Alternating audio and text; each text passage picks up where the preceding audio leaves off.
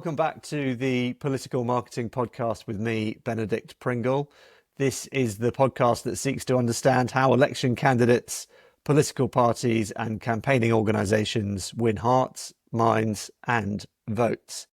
If you haven't yet tweeted or blue skied about this fiery upstart of a political podcast, I would love it if you did. Today, I'm very pleased to be joined by Tom Edmonds, a leading campaign practitioner with deep experience at the highest level of British politics during one of the most tumultuous periods in British election history. He served as Director of Digital and Creative for the Conservative Party's 2015 general election campaign, which delivered a surprise majority victory. He also worked on the 2016 Remain campaign during the EU referendum, and he was involved again in the Conservative Party's 2017 general election victory. Tom is also the long-time business partner of Craig Elder, and together they have founded and shaped a really successful digital communications agency called Edmonds Elder. Tom, thanks for joining me. Thanks for having me. Excited to be here today. So you've worked on some of the most significant campaigns of the last decade, but let's start at the beginning. How did you first get involved in political campaigning? Well, I started off in advertising. So I worked for Karmarama, who are now Accenture Song. And Karmarama had done some work with the Conservative Party when Steve Hilton and David Cameron were modernising it. And they're looking for a copywriter. Forward for it. And that's where it all started. And that was back in 2007. Gordon Brown was Prime Minister. The world was a very different place, which feels a long, long time ago now. But that's how it all started. And actually, for me, that was a perfect journey because it allowed me to start in opposition, which is far more fun than being in government. You're in opposition, you just say they're rubbish, we definitely do better than them. But I've been starting opposition, then going to government with coalition, and then win the outright majority with David Cameron. So I had that. I've been very lucky in my career to have that entire journey all the way through. And some losses as well, which I'm sure we'll get into. Wow. That is quite a journey. Do you know what? Until now, I didn't realize you'd started that early on and you'd been through that whole period. That is amazing. And I guess one of the interesting things about your story and about that timeline that you've just articulated is, the internet really showed up during that period of time, and one of your big roles was in digital, and I guess one of the interesting things is that what digital campaigning means or meant changed a huge amount during that period of time. Could you just explain a little bit about what the role of digital was during your time during the Conservatives, and if it changed over time? That would be interesting to understand. Absolutely. I mean, it fundamentally transformed between the 2010 and 2015 election, I'd say. In the 2010 election, it was very much an analog election. We spent £5 million on billboards and about £50,000 on online advertising, which, as you know, doesn't get you anywhere, really. It was more a gimmick. I think we did a YouTube homepage takeover, which you could get for 50 grand back in those days. Yeah. But by 2015, that budget had entirely shifted around. So we spent over sort of £5 million on online advertising, and actually the billboard budget was very low. It wasn't as low as 50 grand, but it's very low. That period saw that entire shift from the old days of sort of M&C Saatchi billboard advertising to new digital communications taking the lead. So it was a very exciting time. The driver, I think, really was Obama. Everyone had looked at the Obama campaign. I think British politicians are enthralled to their American counterparts. They look at American political campaigns as really the high watermark for political campaigning around the world. And they take lessons from it. And so while we passionately believed in digital campaigning in 2010, no one in the party really believed in it. So it was used as for stunts, for gimmicks, really to feed the lobby. I remember we spent about 3 months working on a game called A Kick in the Balls, which was something to do with Jack Straw and Ed Balls having a fight. And obviously, no normal voter would see that, interact with that, but we did it for the lobby. It was almost like a stunt, sort of back in those good old days of doing stunts where people would dress up as Gordon Brown, Bottler Brown, or, you know, Gordon Brown's Porky Pies, pork pie shop, those sort of things. So it really is a stunt. It wasn't actually seen as a way of really connecting with the voters. I think by 2015, Obama had totally changed the game. He'd shown that you could use digital, you could use social channels to reach voters. And I guess two types of voters, right? Well, firstly, your supporters. So you could use their online channels to recruit volunteers, to raise money, which we did very successfully. But you could also use them to reach swing voters. And so when we came back to the party, we left after the 2010 election, but myself and Craig came back in 2013. By the time we got there, we were passionate about digital. We found people in the party who were passionate about it. Plus, they'd seen the success that Obama had had. So it was a really, really opportune time for us to come back and say, look, we think we could do two things. Firstly, from a party point of view, we can get you volunteers, we can get you money using online. And secondly, we can help you reach swing voters. So lots of people in the party were interested in digital as a potential channel.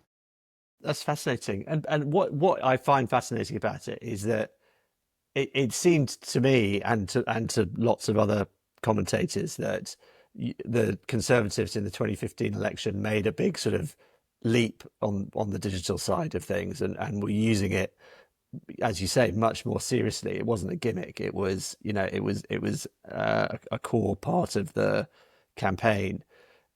And Labour didn't seem to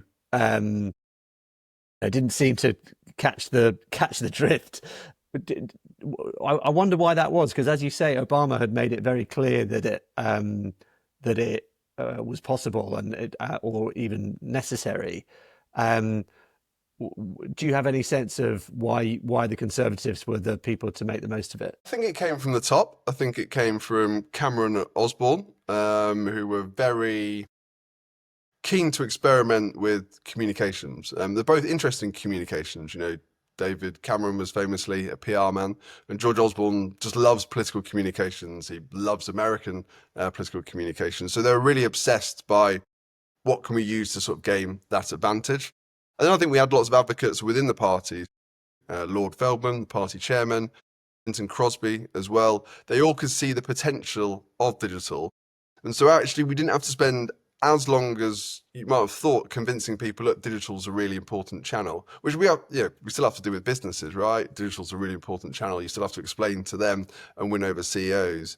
I think because you had Cameron Osborne at the top, because you had Andrew Feldman and Lynton Crosby underneath, they backed it and they understood it. We worked a bit with Jim Messina as well, who was there as a sort of really important advocate in the party too.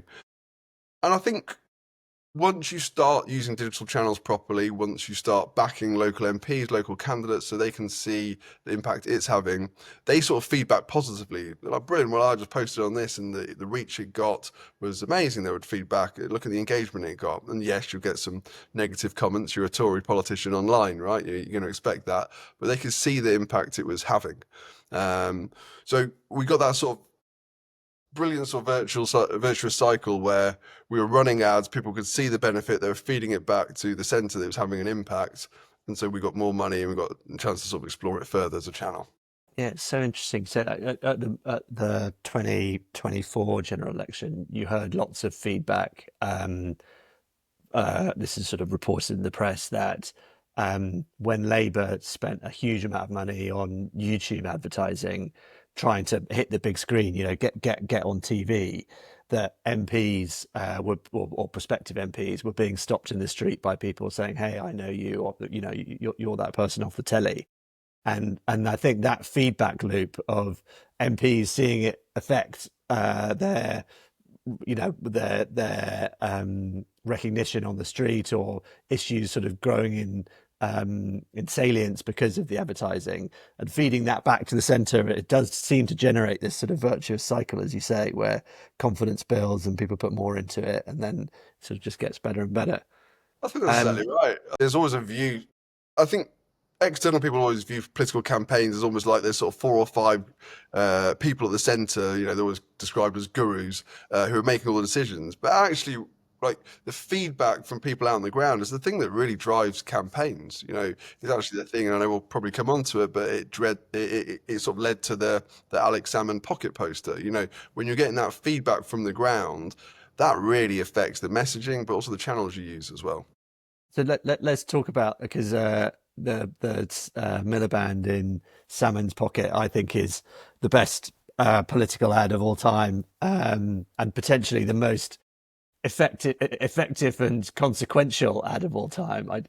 It's my, I sort of say, without that piece of advertising, I'm not sure that the Conservatives win that majority, and then you can sort of follow on from there. If the Conservatives don't win the majority, there's no referendum. There's no referendum. We stay in Europe. You know, there's all sorts of, there's a sort of butterfly effect, I think, of that poster. So tell me about that. How did that sort of come back from a piece of feedback from the doorstep? What was it like? You know, when that ad first sort of started appeared, was it love at first sight? Did everyone know it was going to be great straight away? Yeah, I'd just love to hear more about it. Yeah, I mean, I think to add to what you were saying, I mean, I think it's the last great political poster.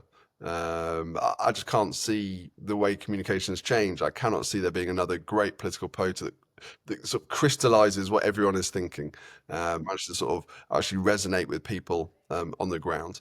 It came about, I mean, we'd gone through the narrative that there's a coalition government would lead to Labour propped up by a coalition of chaos.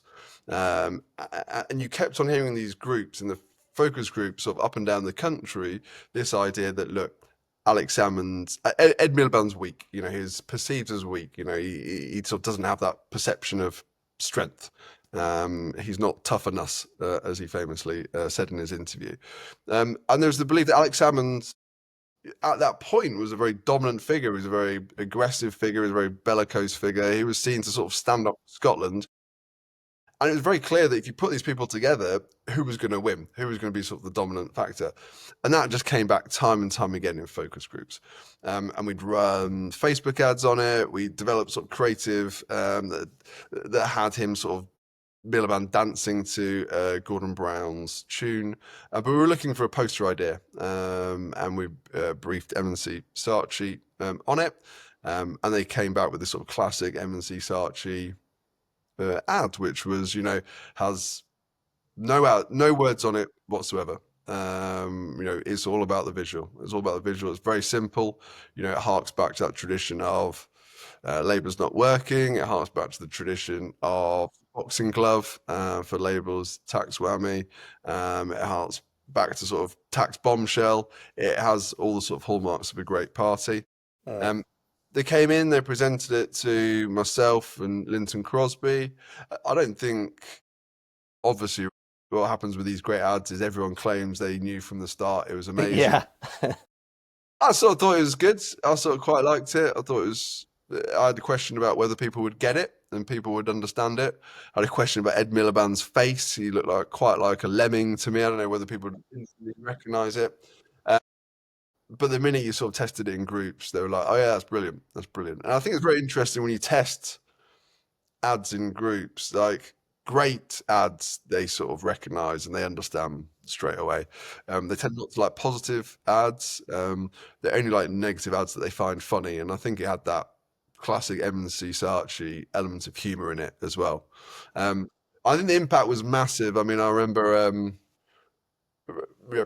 the Remain campaign, you end up getting close to sort of people on the other side of the fence, you know, sort of Labour political strategists, and they were talking about the impact that had psychologically in their constituencies, and actually they were getting it fed back to them. We talked about the impact on the doorstep. Yeah. Reading about their MPs were like, the Tories have just bought 5 of the biggest billboards in our constituency. They put a massive photo of Ed Miliband in Alex Salmond's pockets there. Like, what are we doing about this? And there was panic. It caused panic amongst Labour ranks, and I think it resonated with voters. And it's also one of the very few posters that wasn't graffitied. You know, I was around for the David Cameron Yeah.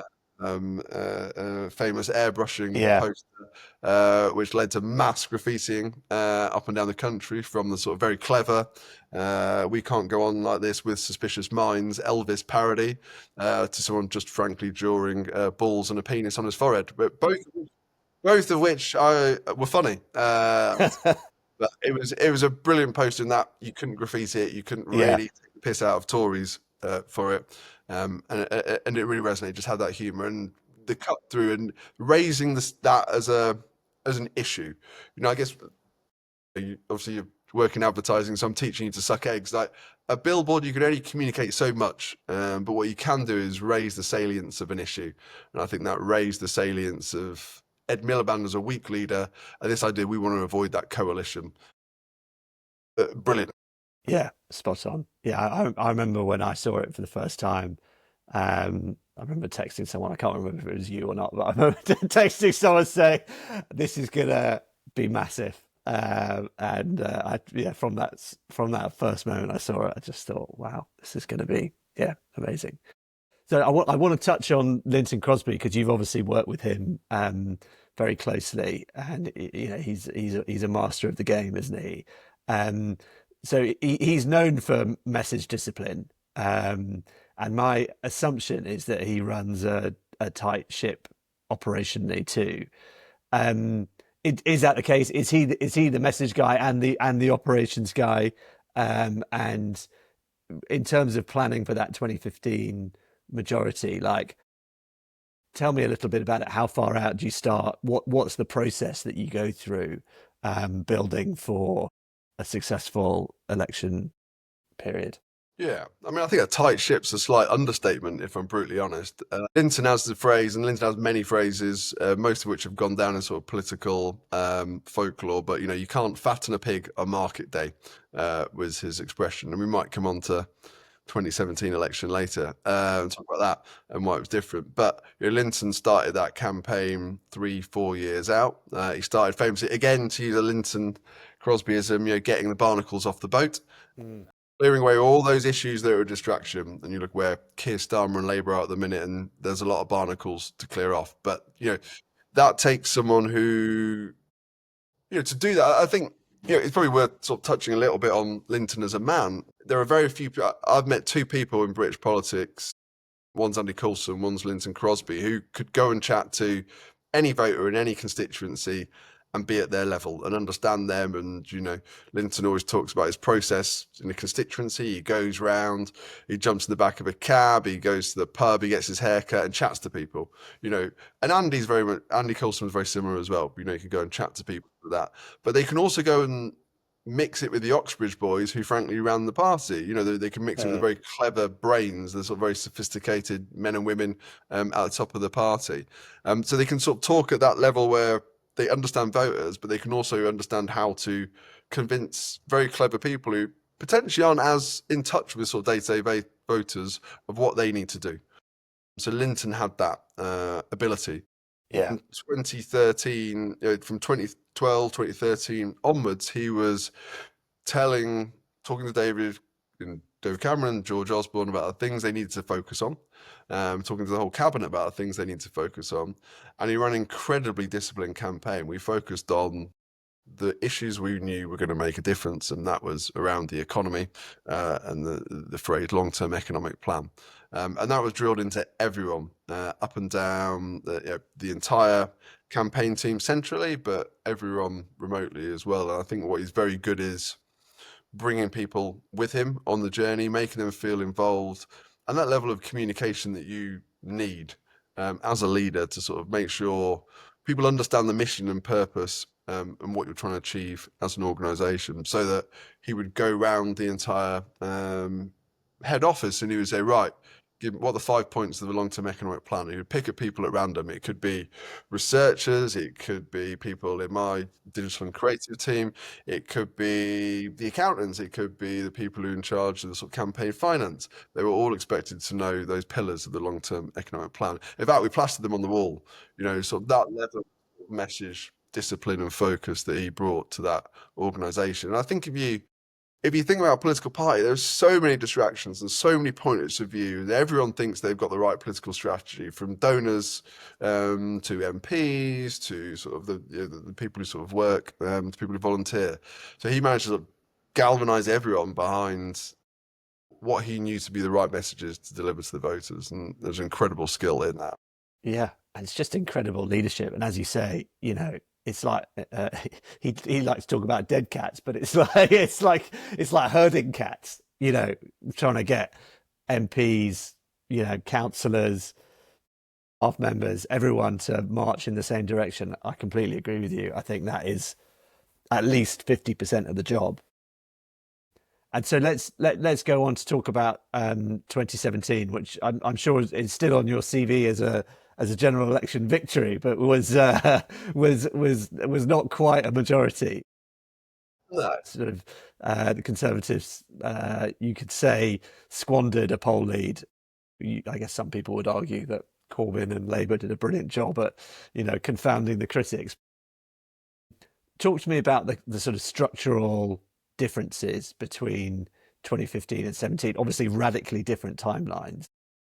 Is there any other sort of structural or organizational things that you just felt like were great in one side and could have been improved in the other? Well, I think, you know yourself when you run campaigns, the longer you have to prepare, the better it's going to be. So 2010 election, it could have been better, but, still produced a good result ultimately. We had sort of 4 or 5 years in opposition to get ready. 2015, we had at least 3 years of Lynton running that machine. 2017, you didn't have that. It was a snap election. Now, you could argue it's the same for both sides. You could argue that. However, I think, Labour were in a far better prepared position than we thought. When you're catching the party off guard, your own party off guard, you're not in a great position. I think then you combine it with a number of other factors, including the fact that Theresa is a brilliant. I think Theresa is a very dedicated civil servant. She's a very dedicated leader of her country. But I think she's not the communicator that David Cameron was, and she wasn't the communicator that Jeremy Corbyn was. So you had her as the front person, but she didn't necessarily have those communication skills that others do. And she wasn't really battle tested. You think about how she got the leadership. She wasn't sort of, she hadn't gone through that sort of process where you sort of work out, okay, I think someone could be a good leader, but what they like at communicating, what they like at debates. She hadn't got that. So she didn't have that same level of communication skills as David Cameron. She had a lot of other skills, a lot of other brilliant skills. And I remember, there was the Manchester bomb attack happened during the election campaign. Theresa's first response, to absolute credit, was, we're calling Cobra, we're doing everything from a security perspective, we're suspending campaigning. We're not. I remember sort of discussing with her team, look, I think we should send out a tweet about it. We should tell her what we're doing. With absolute no, Theresa's first priority is the safety of the country. And that's totally fair, and I totally understand that. And I think that's to her credit. However, Corbyn and his team had put out 4 or 5 tweets in that process, and communication to her was sort of secondary to actually the day job. And again, I think that has credit, but it makes it very hard from a campaigning perspective. Yeah. I think you're right. And thinking about looking back, Jeremy Corbyn, 2015, he'd just run a leadership campaign successfully. 2016, he's run another leadership campaign successfully. The 2017 general election was his third national campaign in 3 years. That was actually a fairly well-oiled machine. So I think you're totally right. I think the Conservatives misjudged how tight and well-organised the Labour campaign would be. It's interesting you're talking about catching your own side off guard. I mean, in 2024, that clearly happened again with Rishi Sunak. And I just think it's bizarre. In an organisation like the Conservatives, the muscle memory of what it's like to win and what you need to put in place to then make these rash decisions. Yeah, I think also there's a probably a misjudging of the electorate as well. And I think we'll probably come on to it, but I think how voters perceive governing parties, how they perceive elections has fundamentally changed. And I think they felt they were being taken for granted. They thought Theresa was trying to pull a fast one, trying to get a big election, a big majority. And I think they felt a bit cheated, and they felt, well, actually, I can probably have a free vote here for Labour and just sort of teach them a lesson. And I think there has been a rise, I would argue, since sort of 2015 onwards, of what I would call, and I don't know if you're allowed to swear on this, but I would call them FU elections. I Yeah. think a lot of voters going to those polling stations, you've seen the loss of sort of traditional party loyalties, and they're angry. Sort of governments have less solutions these days. Governments have less time to prove themselves. Like 2010, 2015, David Cameron had 5 years in coalition, and it was sort of broadly fine. There was issues along the way, but voters gave him a chance and then sort of re-elected him. It's very hard to see that happening these days, and I think voters felt they'd been taken for granted, and that they weren't going to give her an easy ride, and they didn't. Yeah. They really didn't. So let's talk about another FU election, which is the referendum campaign. We're so far past it now. It's almost impossible to imagine a situation where vote leave don't win that now. It's sort of we've convinced ourselves that there's all these big structural things that were in place that meant actually vote leave we're always going to win that race, despite it obviously being very close. When you look back at it, do you think there are things from a marketing perspective that could have been done that might have made the difference? Well, you look back at any close election and think, well, maybe if we tried this, if we'd moved on to that. Uh, uh, the one thing I always struggle with looking back is what was the compelling message we were taking to the country? And that is not a fault of the message we had. We just couldn't find one that was as resonant, as compelling, as engaging as the control argument they had. We tried strength, security, prudence, safety. And these are not compelling messages, but they're true. And whenever we tested anything else, and whenever anyone comes up to me and gives me their theory about what we should have been talking about, I'm like, that's just not going to resonate with voters. And I think also, I remember sort of talking to the team running the focus groups, and they're like, we're sitting there, we're going constituency, I think in Newcastle, where we put out our campaign messages, we were sort of seeing what they thought of our material. We're talking about, look, being part of the EU, biggest trading bloc, brings incredible economic benefits to the UK. And they're like, I'll be honest, my kids don't have job prospects. My job, and it was a bit. I remember watching this video back because we'd filmed it. And the builder was like, I've lost my job because we've got immigration from the EU.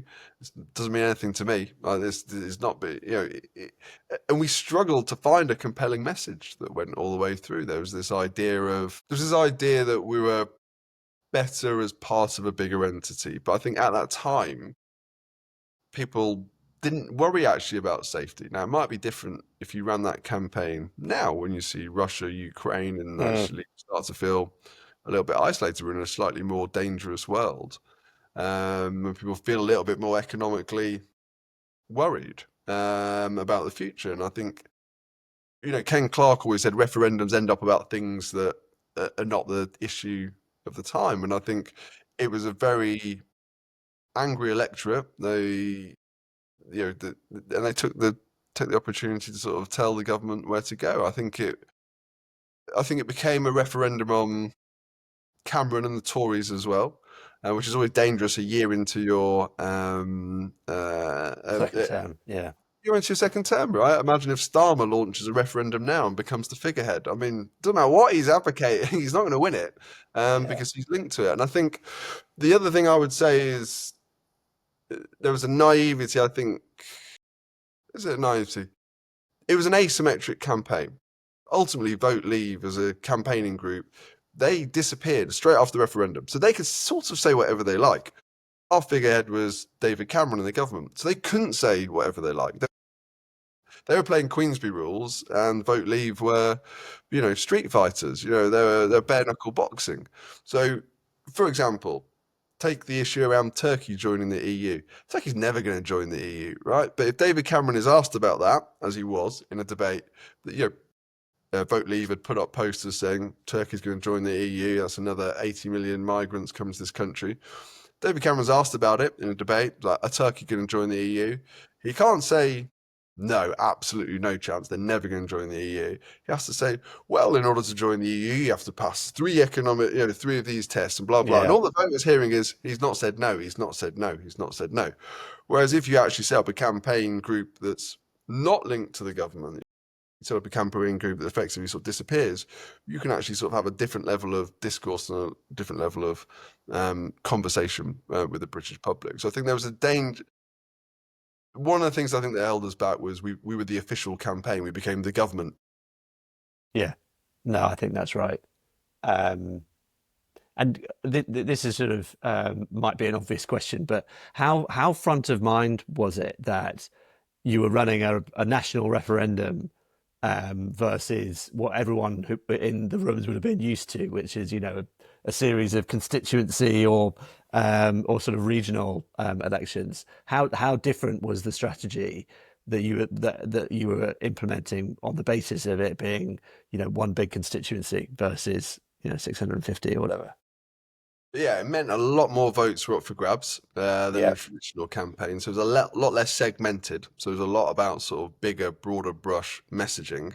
Uh, And I think that's where the message like taking back control sort of resonates with everyone. Whereas, again, our message around economic security, around military security, around the social benefits being part of EU, and they're just not universal messages. yeah. Um, I think from a campaigning perspective, you still broke it down into groups. You broke it down into sort of different demographic groups. Some of that was regional, but a lot of it was based on age, relative sort of wealth, education status, wealth status, those sort of stuff. So there was still that level of segmentation, but it meant you had to have an even more compelling top level message that resonated with everyone. And I don't think we ever really found one.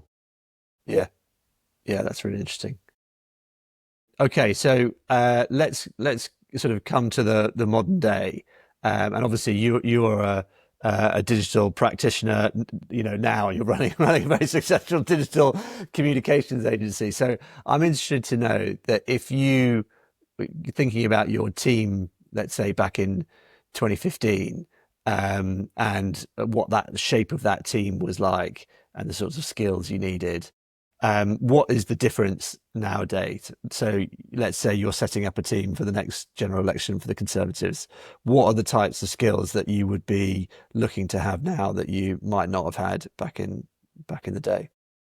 Well, you'd have a lot bigger team for the start, would be the obvious sort of start for 10. I think politicians are often looked upon as quite backwards in terms of communications, but from our perspective, they are the leading practitioner of communications in the entire country. They're always, I would say, at least 2-3 years ahead of where the corporate environment is. And, David Cameron embraced digital, and then Labour politicians embraced it too.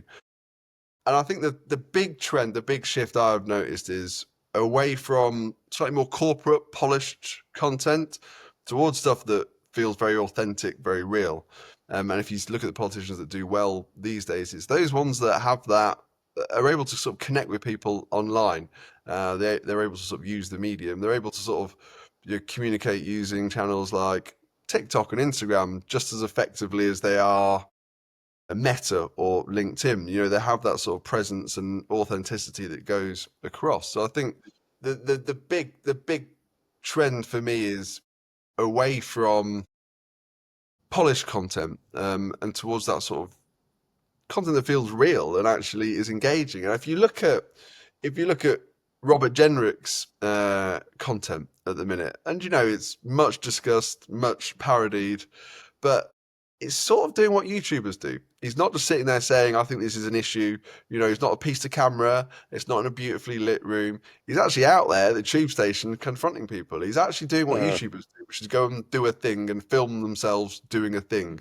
And I think he's tapped into that incredibly well. and the reach that he's getting, the engagement he's getting, because you're actually not just seeing a politician talk, you're actually seeing a politician do stuff, and that's incredibly refreshing. Yeah. Even Farage, right? Farage is incredibly good talking, but you never see him doing anything. You never see him actually positively contributing to society. Whereas, I think you look at what Jenrick has done and what he's taken from, sort of YouTube influencers and that style of content, I think is incredibly compelling, and I think that is increasingly going to be the way forward. Yeah, there's a piece in the New Statesman this week about Kemi Badenoch, and it was saying, one of the major jobs of the leader of a political party, particularly in opposition, is, be in people's social feeds every day.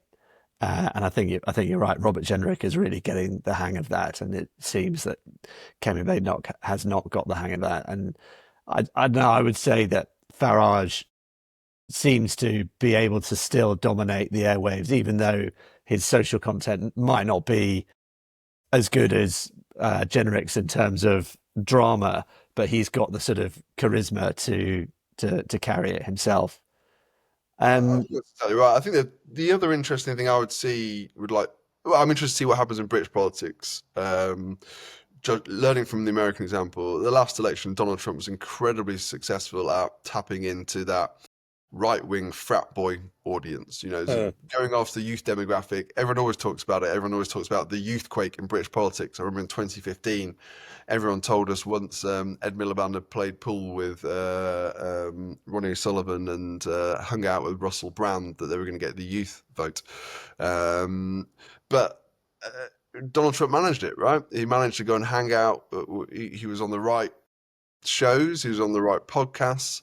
And I'm really fascinated to see what British politicians do with that. What is that demographic they're going to tap into? How are they sort of moving away from set piece interviews with the Telegraph and the Guardian, the Times, and actually tapping into sort of a real core audience for them with influencers and sort of those sort of podcast partnerships. So I think in terms of sort of building out the team, it's not just about the content you create, it's about who you partner with to create that content as well. Yeah, I think that's spot on. And it seemed to me like Rishi Sunak actually did some of he was relatively pioneering in that space. He did some stuff with influencers when he was in Number 10, and I thought that Labour did a brilliant job in the 24 general election using like the likes of Gary Neville, for example, to help sort of, as you say, partner and share the message. But it's strange. I don't feel like anyone has moved it on since then, and in the States, as you say, it seems like that is just par for the course now. Everyone is trying to get on the right podcasts or the right YouTube channels, but it does feel like the UK is still, a little way off that. So if you, I still feel it's quite performative, actually. I still feel it's a bit, we've done it as a stunt, and we will we'll go on overlap. We'll go and get 10 influencers into 10 Downing Street, and we'll brief it out, and we'll tell the lobby about it, and they'll write about how clever we are. So I view it very much at this stage, and that's not a criticism of any of the teams. I think it's more everyone's dipping their toes in the water rather than just going fully in. You know what? We're going to give exclusives to podcasts. We're going to give them this level of access. We're going to go all in on that. In fact, we're going to potentially bypass the mainstream media entirely, because we know that actually where messages are formed now as digital channels. So we're going to go straight to them. So I think it is waiting for that candidate who takes that risk and just goes all in on it. yeah, I could totally believe that candidate could be Nigel Farage, and I think he has that same profile where people would be interested to have him on because they'll know he'll drive big numbers. They'll know he'll say things which will spark debate. So yeah, I would say watch that space because I could totally imagine him being the one to make the most of that media environment. So you've run campaigns where you've been on the opposing side to Farage before. So even in sort of 2015, Farage's party UKIP was still a thing then, weren't they, in 2015? And obviously in the referendum, he was a big part of the Leave campaign, albeit not the official one. Having sort of been on the opposite sides of the trench to Farage, what do you think his weaknesses are? I think his strength at the minute is I think he's the only political party with a compelling and true narrative. And his narrative is that those two have been in charge for however long and things haven't got better, which ultimately is true. So I think he's got the most resonant message at this point in time. And I think also, the rise of digital channels, the things that resonate online are not centrist policies because they're boring. No one clicks the likes, no one clicks the engagement stats on those. Like, it is people who are either sort of more on the left, like Corbyn, or more on the right, like Farage. They're the things that sort of drive the algorithms. They're the things that sort of the content that sort of pops and resonates in your feed. So I think he's got huge strength in that. I think the big weakness for Farage is, firstly, at the minute, if you're doing an FU vote, that's sort of fine. We are now 4 years out from election. And I think, I remember Andrew Cooper was used to say, asking someone what they're going to vote for in 4 years' time is like asking someone what they want for dinner in 4 years' time. Like, who knows, right? Ultimately, this is sort of, you can say whatever you like to the pollsters. You can just tell that, sod the lot of them, I'm voting for reform. So there's a long, long way to go. I think why I think Robert Jenrick's strategy is so clever is he's demonstrating action. I think the thing about Farage is he's not an action man, right? He can talk very well, but he loves being in America. He doesn't really like being in Parliament. He sort of likes he likes to be liked. He doesn't necessarily go out there and do stuff. So I think if you get to a position where you have Robert Jenrick in charge of the Conservative Party, you up against Farage. Not only are you moving someone who's probably sort of ideologically a little bit closer to Farage, who can sort of pick off those voters, he can sit there and say to Farage, I'm out there doing this stuff. What are you doing? You're in America. You're going to Donald Trump. You're not doing that. You're not in Britain. You're not solving the issues that I am. You're not out there every single day. So I think the way I would look at it now, and it's a long way out, right, is how are you demonstrating action? I think the other issue they will have is reform councils. And actually, it's a huge opportunity. If people see, Reform now run councils. If those councils do all right, then I think it's a great testing ground to say, well, look, we did a good job here. This is what we can do in national government. If those councils sort of collapse in infighting, people look at that and think, if they can't do it at a council level, they're not going to do it in national government. I think one overlooked thing of British politics at the minute is how well do those reform councils do? Because if they do all right, that's a good test bed for them running a national government. Yeah, I'm sure Conservative Party HQ's research department will be absolutely all over those reform-run councils. Tom, it's been an absolute pleasure. Thanks so much for coming on. That's all we've got time for. It's been a fascinating conversation, and yeah, good on you for coming on. Thanks so much. Cheers, Matt. Cheers.